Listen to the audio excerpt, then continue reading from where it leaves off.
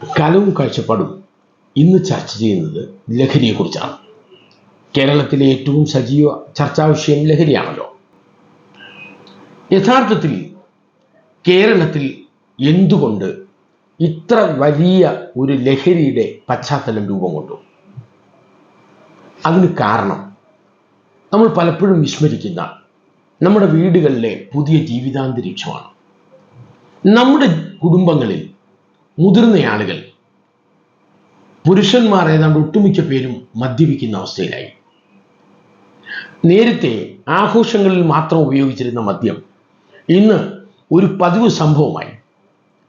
നേരത്തെ ഒരു അരുതായ്മയായിരുന്ന മദ്യം ഇന്ന് ഏറ്റവും വലിയ ഒരു അഭിമാനമായി മാറി.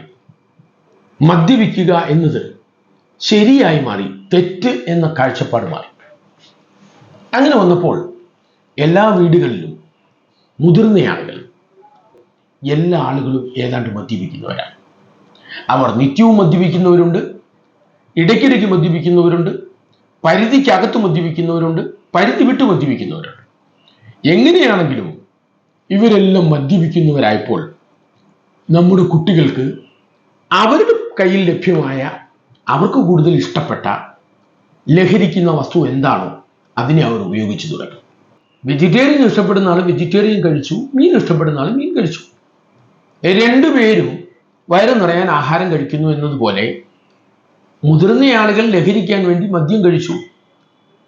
കൗമാരക്കാർ ലഹരിക്കാൻ വേണ്ടി രാസലഹരി, കഞ്ചാവോ അല്ലെങ്കിൽ MDMA തുടങ്ങിയ വസ്തുക്കൾ ഉപയോഗിച്ചു.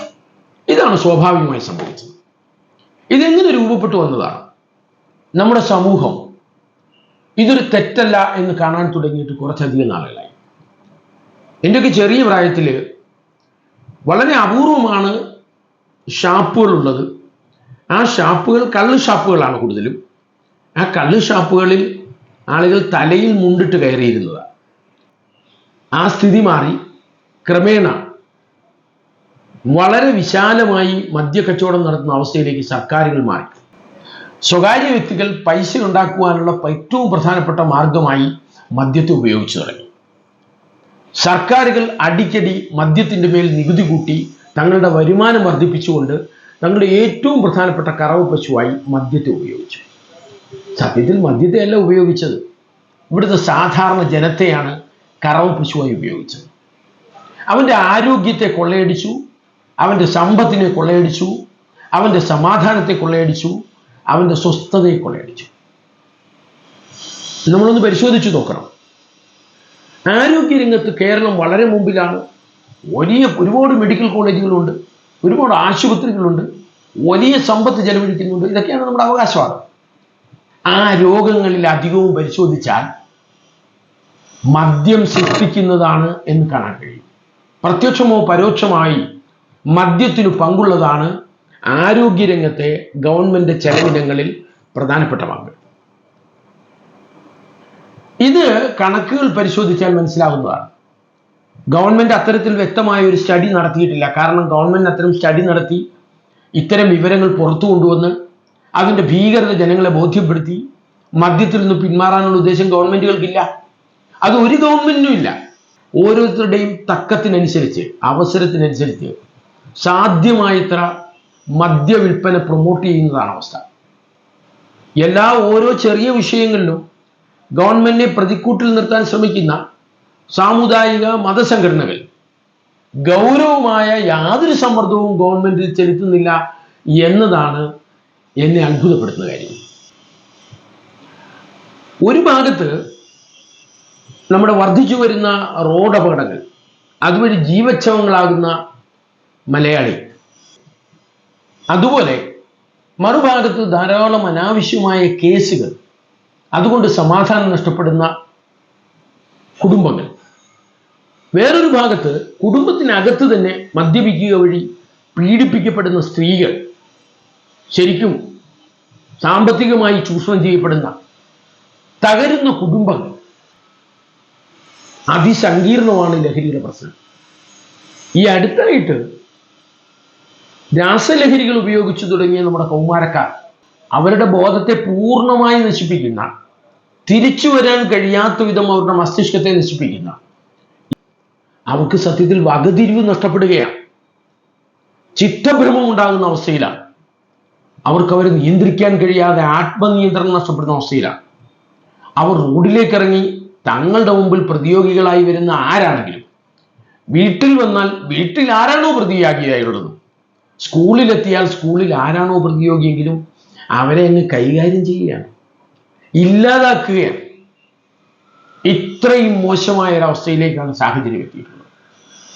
അവരിൽ ഒന്നാമത് പ്രതിസ്ഥാനത്ത് നിൽക്കുന്നത് ഗവൺമെന്റാണ്.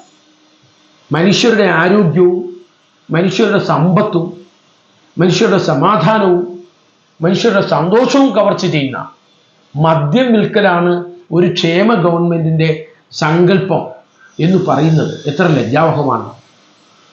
ചില വിദേശ രാഷ്ട്രങ്ങളിൽ ചിലപ്പോൾ ഒരു പക്ഷേ മദ്യം ഉപയോഗിക്കപ്പെടുന്നുണ്ടാവാം. അവിടെ നിയന്ത്രിച്ച് മദ്യം ഉപയോഗിക്കാവുന്ന വിധം ആ സമൂഹത്തിന്റെ നിലവാരം ഉയർന്നിട്ടുണ്ട്. വളരെ അനിവാര്യ ഘട്ടങ്ങളിൽ മാത്രം ഉപയോഗിക്കുന്ന, വളരെ കുറഞ്ഞ ക്വാണ്ടിറ്റി മാത്രം ഉപയോഗിക്കുന്ന ഒരു സാഹചര്യത്തിലേക്ക് അത് എത്തിയിട്ടുണ്ട്. എന്നാൽ കേരളത്തിലെ സ്ഥിതി അതല്ല. കേരളത്തിൽ ജനങ്ങൾ അത്തരം ഉപബോധങ്ങളിലൊന്നും എത്താതെ തന്നെ ഏതാണ്ട് യൂറോപ്യൻ പാറ്റേണിൽ ജീവിച്ചു തുടങ്ങിയിരിക്കുന്നു എന്ന് അഭിമാനിക്കുന്ന മലയാളി ലഹരിയിൽ വല്ലാതെ ഊറ്റം കൊള്ളുകയാണ്. യഥാർത്ഥത്തിൽ മദ്യത്തിൽ നിന്ന് കിട്ടുന്ന വരുമാനത്തേക്കാൾ വളരെ കൂടുതലാണ് ആരോഗ്യരംഗത്തെ ചെലവുകൾ, നീതിന്യായ രംഗത്തെ ചെലവുകൾ, ക്രമസമാധാന പാലന രംഗത്തെ ചെലവുകൾ.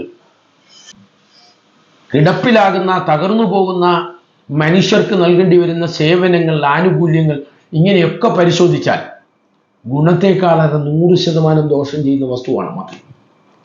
ആ മദ്യത്തിലെ പുതിയ ഐറ്റമാണ് അല്ലെങ്കിൽ പുതിയ മുഖമാണ് നമ്മൾ പറയുന്ന ഈ രാസലഹരികൾ എന്ന് വിളിക്കുന്ന വസ്തുക്കൾ.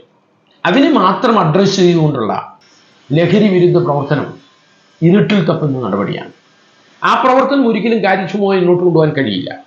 കാരണം വീടുകളിലൊക്കെ സ്ത്രീകളും മദ്യപിക്കുന്ന അവസ്ഥയിലാണ് കേരളത്തിൽ കുറച്ചെങ്കിലും ഉള്ളത്. വളരെ കൂടുതൽ സ്ത്രീകൾ മദ്യത്തിന്റെ ദൂഷ്യവിപത്ത് എന്ന നിലയിൽ കുടുംബത്തിൽ വലിയ പീഡനങ്ങൾ നേരിടുന്നുണ്ട് എന്നതാണ് യാഥാർത്ഥ്യം.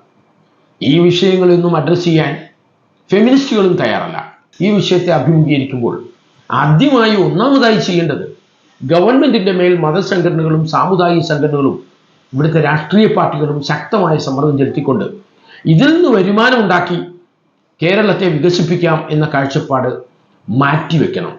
അത്തരം വികസനം കേരളത്തിന് ശാശ്വതമായ അരാജകത്വമാണ് നൽകുക, അല്ലാതെ ശാശ്വതമായ സമാധാനവും സന്തോഷവുമല്ല. അപ്പോൾ ഒന്നാമതായി ഗവൺമെന്റിനോട് ഈ വിഷയത്തിൽ ഇടപെടുവാൻ ഇവിടുത്തെ പൊതുസമൂഹത്തിലെ എല്ലാ സംവിധാനങ്ങൾക്കും കഴിയേണ്ടതുണ്ട്. രണ്ടാമതായി കുടുംബങ്ങളിൽ ലഹരിയുടെ ഉപയോഗം കർശനമായി നിയന്ത്രിക്കുവാൻ കഴിയണം. മദ്യം ലഭ്യമല്ലാതെ വരുമ്പോൾ ആരെങ്കിലും സ്വന്തമായി വാറ്റി കുടിക്കുമെങ്കിൽ അവരെയും നിയന്ത്രിക്കുന്നതിന് ആവശ്യമായ നിയമ നടപടികളിലേക്ക് പോകാൻ കഴിയണം. ഒരു ഭാഗത്ത് കുറ്റങ്ങൾ കുറയണം എന്ന് പറയുകയും മറുഭാഗത്ത് തെറ്റുകൾ ചെയ്യാനുള്ള വാതിലുകൾ തുറന്നിട്ട് കൊടുക്കുകയും ചെയ്യുന്നതിൽ എന്ത് യുക്തിയാണുള്ളത്? അത് തികഞ്ഞ വിരോധാഭാസമാണ്. ആത്മാർത്ഥതയുടെ ഈ വർത്തമാനങ്ങൾക്കെങ്കിൽ ശരിക്കും ആദ്യം ഗവൺമെന്റ് നിയന്ത്രിക്കപ്പെടുകയും രണ്ടാമത് കുടുംബങ്ങളിൽ നിന്ന് ലഹരിയെ ഒഴിവാക്കുവാൻ മുതിർന്നവർ തീരുമാനിക്കുകയും ചെയ്യുമ്പോഴാണ് ബാക്കി കുട്ടികളെയെങ്കിലും നമുക്ക് രക്ഷിച്ചെടുക്കാൻ കഴിയുന്നത്. എപ്പോഴെങ്കിലും ഇതിനൊക്കെ അഡിക്റ്റ് ആകുന്ന നമ്മുടെ കുട്ടികൾ തിരിച്ചു വരാൻ കഴിയാത്ത വിധം അവരുടെ ബുദ്ധിക്ക് ഭ്രമം സംഭവിച്ചു പോകുന്നു, അവർ തകർന്നു പോകുന്നു, അവർ നാടിന് എക്കാലത്തും ഒരു ഭാരമായി മാറുന്നു, അവരുടെ ജീവിതങ്ങൾ നശിച്ചു പോകുന്നു. അങ്ങനെ കേരളീയ തലമുറ ഒന്നിനും കൊള്ളാത്ത ഒരു തലമുറയായി രൂപപ്പെട്ടു വന്നേക്കാം എന്ന് ഭയപ്പെടേണ്ട സാഹചര്യത്തിലാണ് നമ്മളുള്ളത്.